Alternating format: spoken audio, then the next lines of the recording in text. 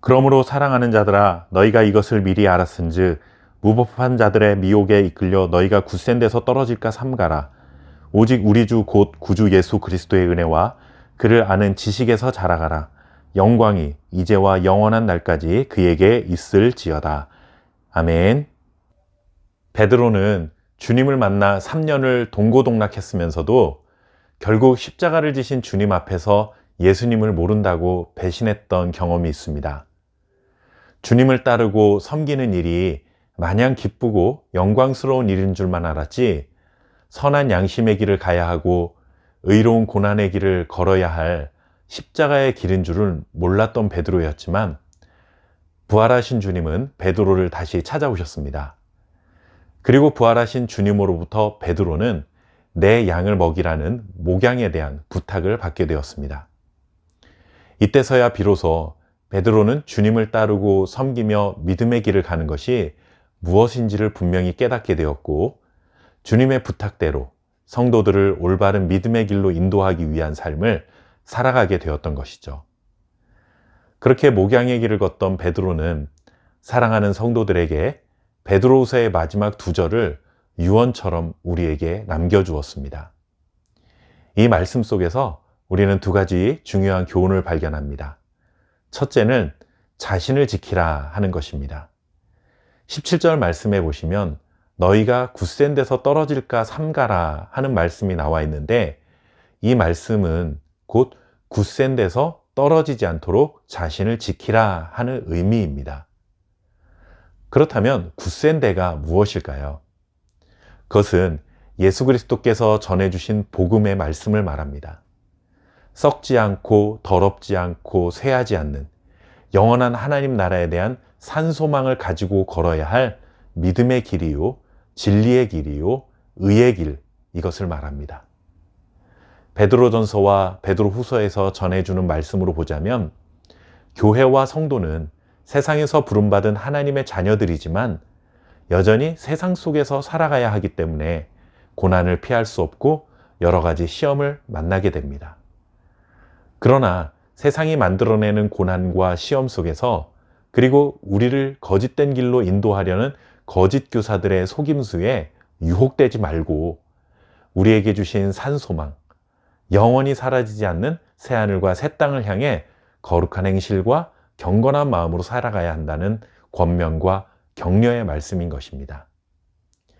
우리를 세상에서 건져내셨는데 어리석게도 다시 세상으로 되돌아가지 않도록 자신을 지켜내야 한다는 것이죠. 그렇게 자신을 지키기 위해서는 무엇보다도 진리이신 예수 그리스도를 날마다 알아가는 일에 힘써야 합니다. 진리의 말씀인 성경을 배우고 묵상하는 일에 게을러져서는 안 되며, 하나님 앞에 기도하는 일을 쉬어서는 안 되는 것입니다. 우리가 말씀을 배우고 말씀 안에 거하며 말씀을 지키고 살아가면 살아있는 하나님의 말씀이 우리를 진리 안에서 굳게 설 수 있도록 지켜주실 것입니다. 또한 말씀만이 우리가 도착할 수 없는 목적지에 도착할 수 있도록 인도해 줍니다. 바로 눈에 보이는 이 세상이 모두가 소멸되었을 때 가장 확실하게 그리고 찬란하게 드러날 새 하늘과 새 땅이 바로 그것입니다. 새 하늘과 새 땅은 나의 힘과 지혜와 능력으로 이룰 수 있는 곳이 아닙니다. 세상을 쫓아가면서 다다를 수 있는 목적지가 아니죠. 오직 진리이신 하나님의 말씀을 따라 말씀을 지키며 살아갈 때 그 말씀이 우리를 지켜주시고 새하늘과 새 땅으로 인도해 주시는 것입니다.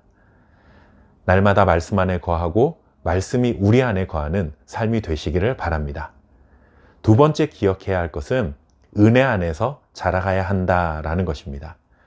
우리를 거듭나게 하시고 썩어지고 더럽고 허무한 세상으로부터 우리를 이미 건져내셨을 뿐만 아니라 지금도 세상의 모든 시험과 유혹으로부터 우리를 건져내고 계시며 앞으로도 우리를 건져내실 하나님의 모든 은혜 안에서 우리가 자라가야 합니다. 즉 하나님의 형상, 예수 그리스도의 성품을 닮아가는 자로 성장해 가야 한다는 것이죠. 이 세상에서 잠시 받게 되는 고난의 시간은 힘들기도 하고 마음을 어렵게 만드는 시간이기도 하지만, 그럼에도 불구하고 우리는 진리의 길, 의의 길, 생명의 길을 결코 벗어나서는 안 되고 우리를 지켜야 하는데, 이렇게 우리가 믿음을 지켜야 가야 할 때 하나님의 은혜가 우리를 붙들어 주시고 성장해 가도록 인도해 주신다라는 약속인 것입니다.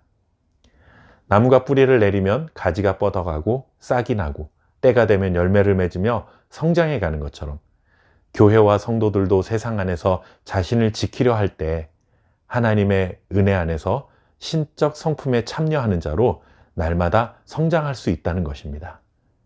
진리 안에서 자신을 지켜가라, 하나님의 은혜 안에서 자라가라 하는 이 마지막 권면으로 우리를 올바른 믿음의 길로 안내해 주고 있는 베드로전서와 베드로서의 말씀을, 이 가르침을 가슴에 담고 새하늘과 새 땅을 향해 걸어갈 수 있는 저와 여러분 될 수 있기를 바랍니다.